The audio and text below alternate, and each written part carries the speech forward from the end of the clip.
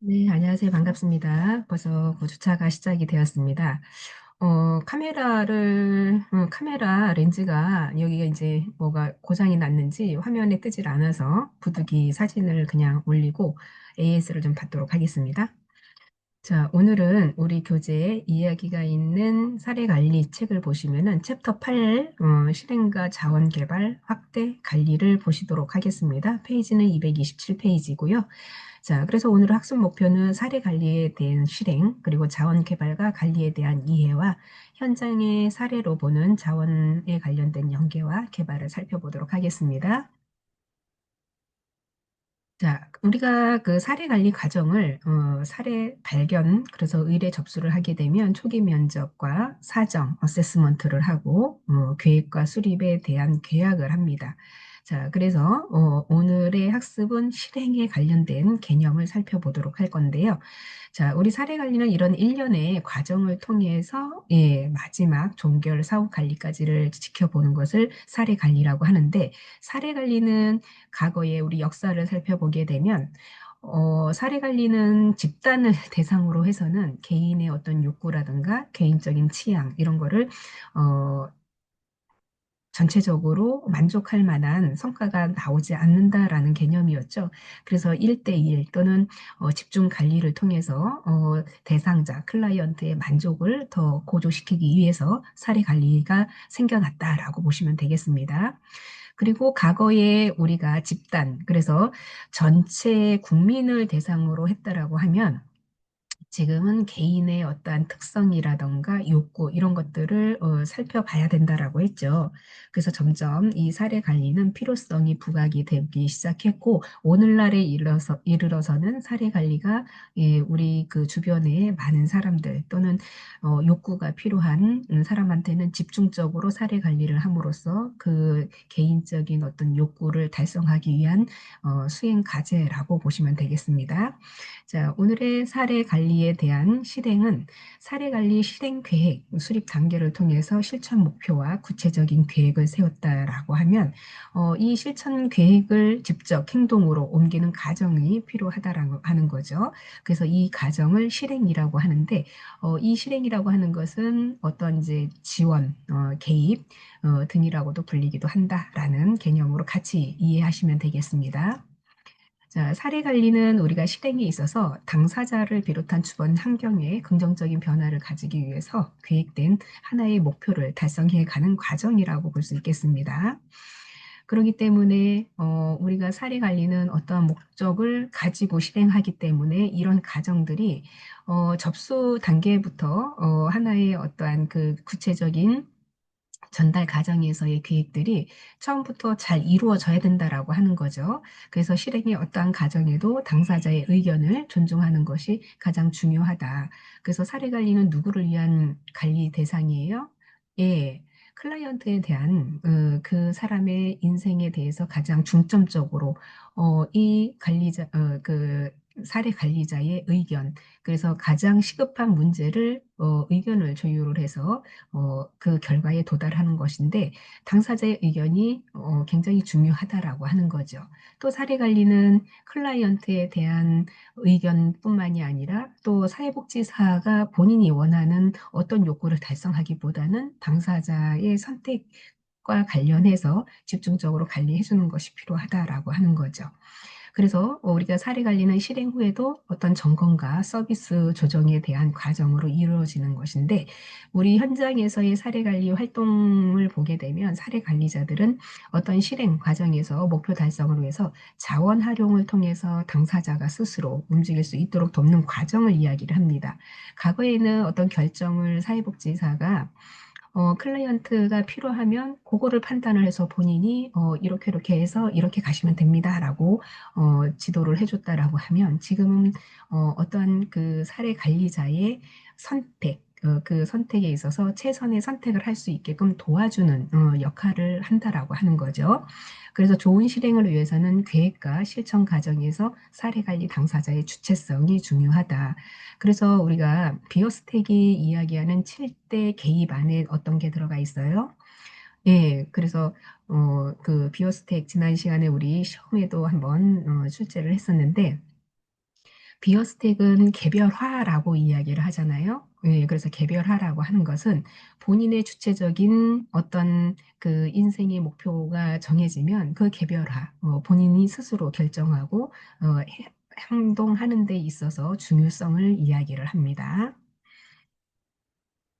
사례 관리에서 우리가 어떠한 그 실행에 있어서는 현장에서 실행의 주체가 사례 관리자가 되는 경우가 많은데 실행 과정은 우리가 계획과 다르게 진행되는 경우도 많다라고 하는 거죠. 그래서 실행과 다른 계획이라고 하면 처음에 우리가 목표를 했는데 그 목표가 너무 과대하거나 너무 쉬운 목표는 중간에 어때요? 한번 다시 수정할 필요 같은 게 있다라고 하는 것인데 어떤 계획이든 한번 설정한 계획을 그 수정할 수 있는 부분이 되겠죠. 그래서 실행 과정에서의 어떤 계획이 틀어지거나 하게 되면 그 실행 과정에서의 올바른 방향성을 제시해 주는 게 또 사회복지사의 역할이기 때문에 그렇습니다.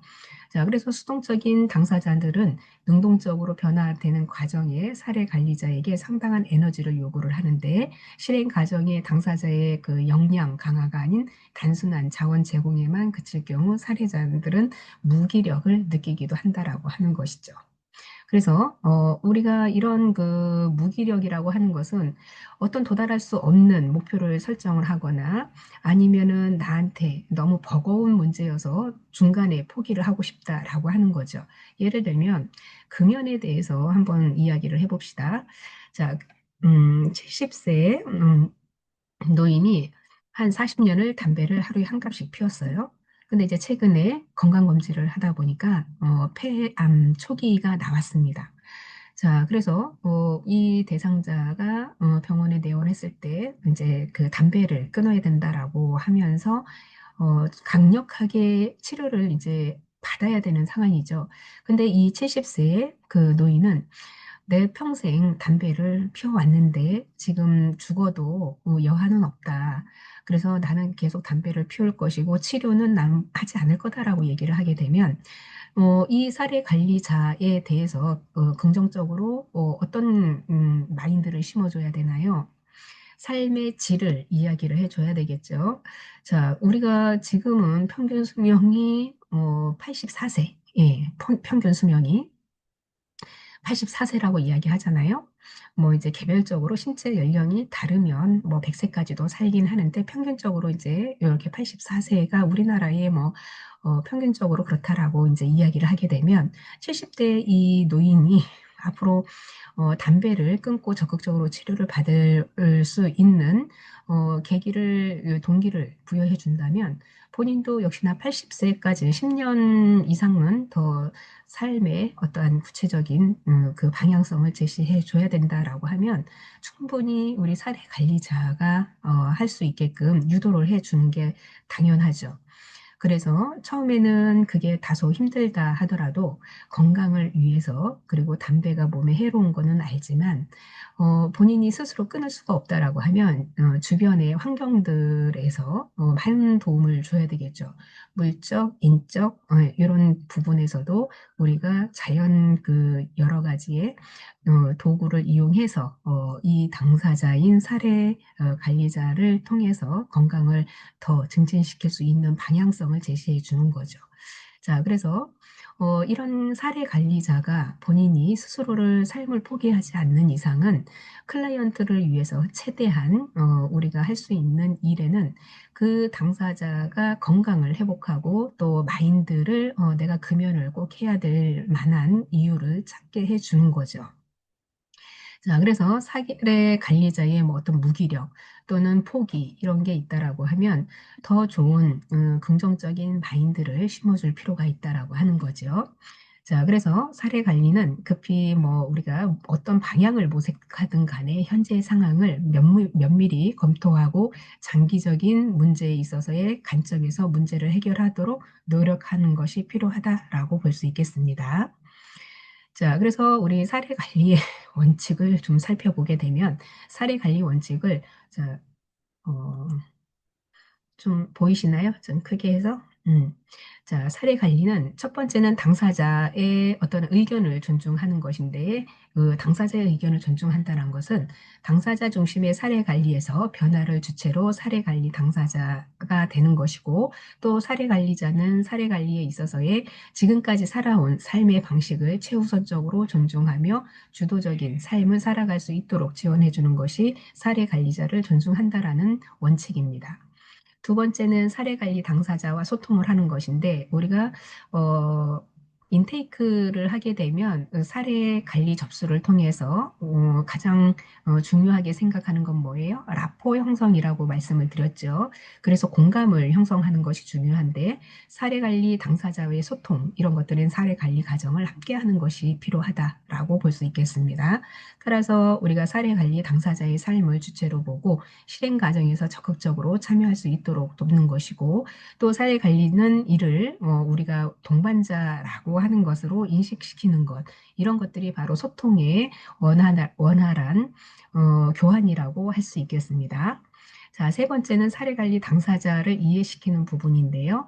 사례관리 당사자가 지금까지 견뎌온 삶에 대해서 지지해주고 또 평가하지 않는 것, 있는 그대로 받아들이는 것, 이것이 당사자의 삶의 가치를 이해하는 것이 필요하다라고 볼 수 있겠습니다. 가장 중요하죠. 우리가 누구를 평가하기 앞서서 그 사람의 살아온 인생, 그 사람이 현재의 상태, 이런 것들을 있는 그대로 수용이라고 하죠. 그래서 비어스택이 우리 수용의 원칙이라고 하는 것도 또 아마 기억이 나실 겁니다. 그래서 우리는 누구의 삶에 있어서 그 사람이 헛되게 살아오지 않았다라는 거, 그래서 존경의 뜻으로 받아들이는 거 수용이라고 할 수 있겠습니다.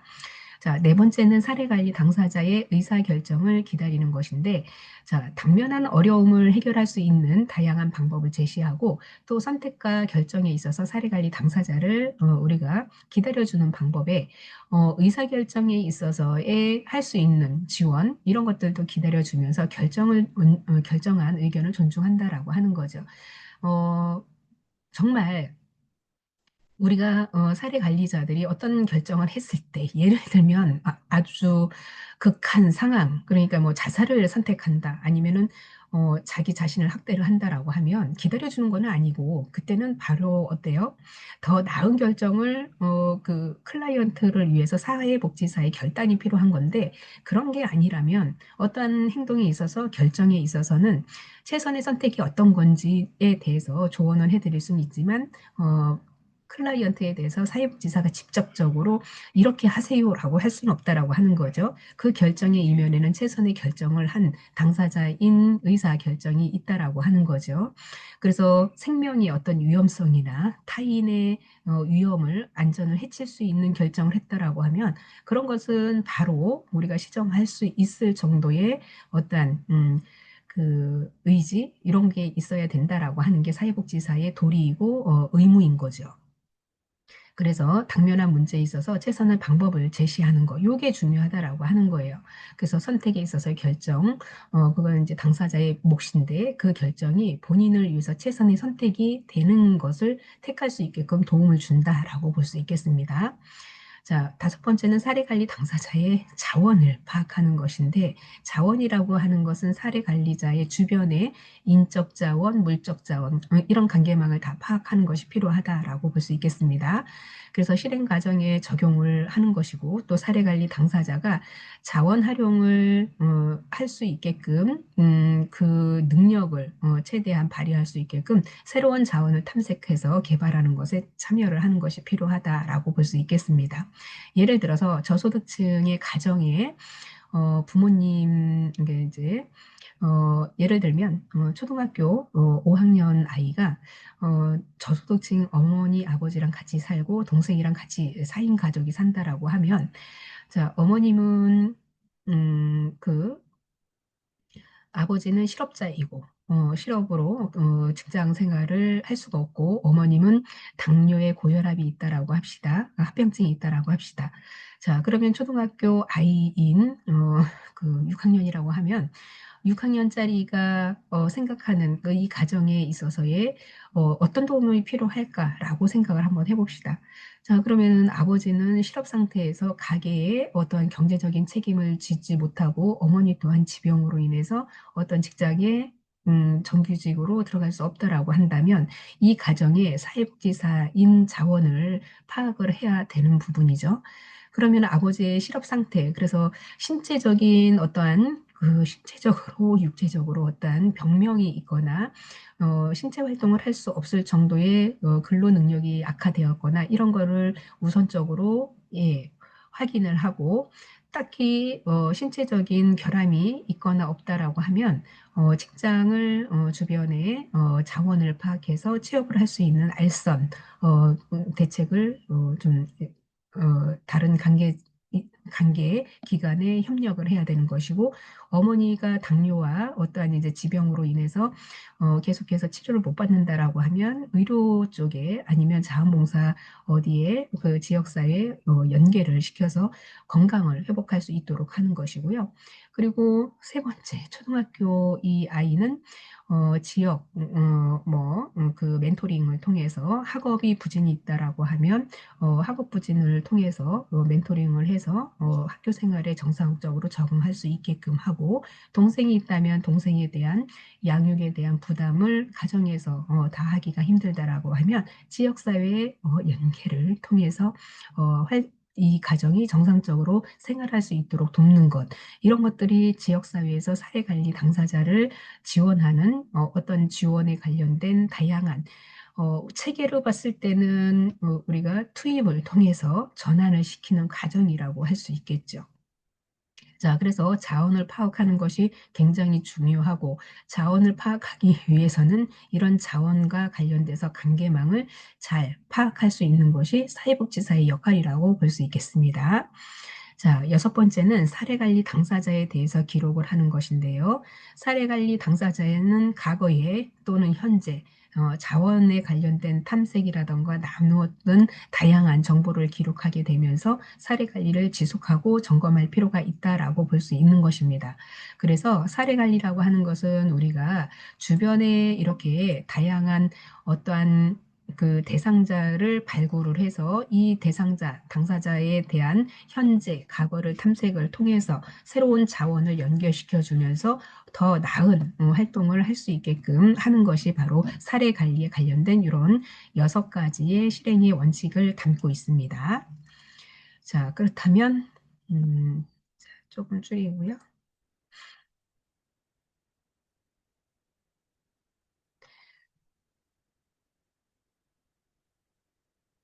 요거를 좀 줄여볼게요.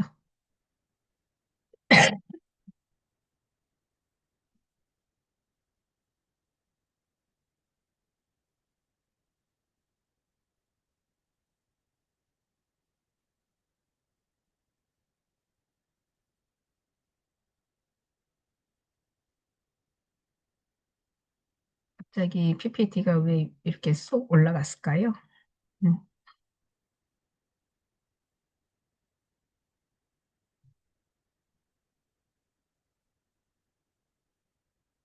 네. 보이시나요? 잘? 자, 그래서 사례관리 당사자와 사례관리 당사자 주변 체계의 역량을 강화하는 것인데 우리는 주변의 자원을 어떻게 활용하느냐에 따라서 굉장히 풍요로운 자원을 잘 적절하게 활용할 수 있다라고 하는 겁니다. 자, 사례 관리는 우리가 그 당사자의 지역사회의 자원을 접근하고 강점을 발견하면서 건강하게 기능할 수 있도록 돕는 것을 증진시켜야 하는 것인데, 사례 관리 관련해서 어려움을 해결하지 못하는 취약계층이 분명히 있을 겁니다. 그래서 그 취약계층의 주민들을 만나면 즉각적인 어떤 문제 해결에만 집중할 수 있을 수 있다라고 생각하지만 이게 쉽지는 않다라고 하는 거죠. 그로 인해서 당사자들을 연약하게 보거나 동정하게 될 위험이 있기 때문에 그렇습니다. 또 이들이 당신들이 동정의 대상이 된다라고 하면 벌써 이렇게 그 우리가 면접에서도 공감을 할 수가 없는 입장이고요. 또 이 그 우리가 이제 어떠한 그 강점을 가지고 상담을 한다라고 하지만 이 사람들 클라이언트에게서는 약점이 될 수 있다라는 생각이 들기도 하거든요. 그래서 상담이 적극적으로 임하지 않는다라고 보는 거죠. 자, 당사자의 문제에만 집중하면 사례 관리자가 단순히 서비스를 제공하는 역할에 그칠 수 있다라고 하는 것이고, 따라서 당사자가 스스로 문제를 극복할 수 있는 능력을 가지고 있음을 인식하고 이를 바탕으로 다양하게 사례 관리를 해야 된다라고 할 수 있겠습니다. 그러니까 이제 예를 들면 지역사회 어르신들 저소득층에 관련돼서 지역사회 그 보건소에서 그 가정 방문을 하게 되면 이 한 달에 한 번씩 보건소에서 직원들이 나가서 건강 관리를 체크를 해주는 노약자들이 있다라고 하면 이 노약자들은 벌써 오늘은 무엇을 갖고 왔을까라고 그 기대 심리를 발현한다라고 하는 거죠. 오늘은 파스 좀 많이 갖고 왔으면 좋겠다. 다음에 왔을 때는 뭐 좀 갖고 왔으면 좋겠다. 뭐 이렇게 이제 대놓고 이렇게 어떠한 요구를 한다라고 해요. 그렇지 않으면 이 대상자들도 그렇게 호의적으로 나오질 않는다라고 이야기를 합니다. 그래서 우리가 사례 관리는 당사자의 어떠한 욕구를 해결해 주면서 원활한 소통이 돼야지만 이게 그래도 그나마 현실 가능성이 있는 어떠한 정책으로 발전해 나간다라고 하는 것인데요. 우리 주변에도 역시나 우리는 이제 피드백을 많이 받아서 그런 것들을 볼 수가 있는데 한 기관에서 꾸준히 계속적으로 지속적으로 사례 관리를 하게 되면 이제 웬만큼 이 사례 관리자와 소통과 그리고 신뢰 관계가 형성이 된다라고 하면 집에 가면 뭐 밥도 먹고 가라고 하고 또 이제 뭐 좋은 거 있으면 본인들이 드시지 않고 올 때까지 가지고 있다가 내놓고 이러는 경우가 있다라고 합니다. 자, 그래서 이런 라포 형성도 참 중요하고 또 이 주변의 환경에 따라서 생각하는 여러 가지 장단점이 있기도 한다는데 우리는 사례 관리를 이제 뭐 많이 해보지는 않았잖아요. 그러다 보니까 나중에 우리가 예비 지금 사회복지사로서 내가 나중에 사례 관리를 하게 되면 이러이러한 사례 관리를 한번 해보고 싶다라는 생각을 한 번씩 좀 해보시면은 그래도 사례 관리가 이런 거가 좀 매력이 있겠구나라는 생각이 들기도 할 것입니다. 자, 그래서 다양한 서비스 제공을 하기 위해서 직접 서비스가 있고 간접 서비스가 있는데요. 요거 잠깐 제가 정리를 좀 하도록 하겠습니다.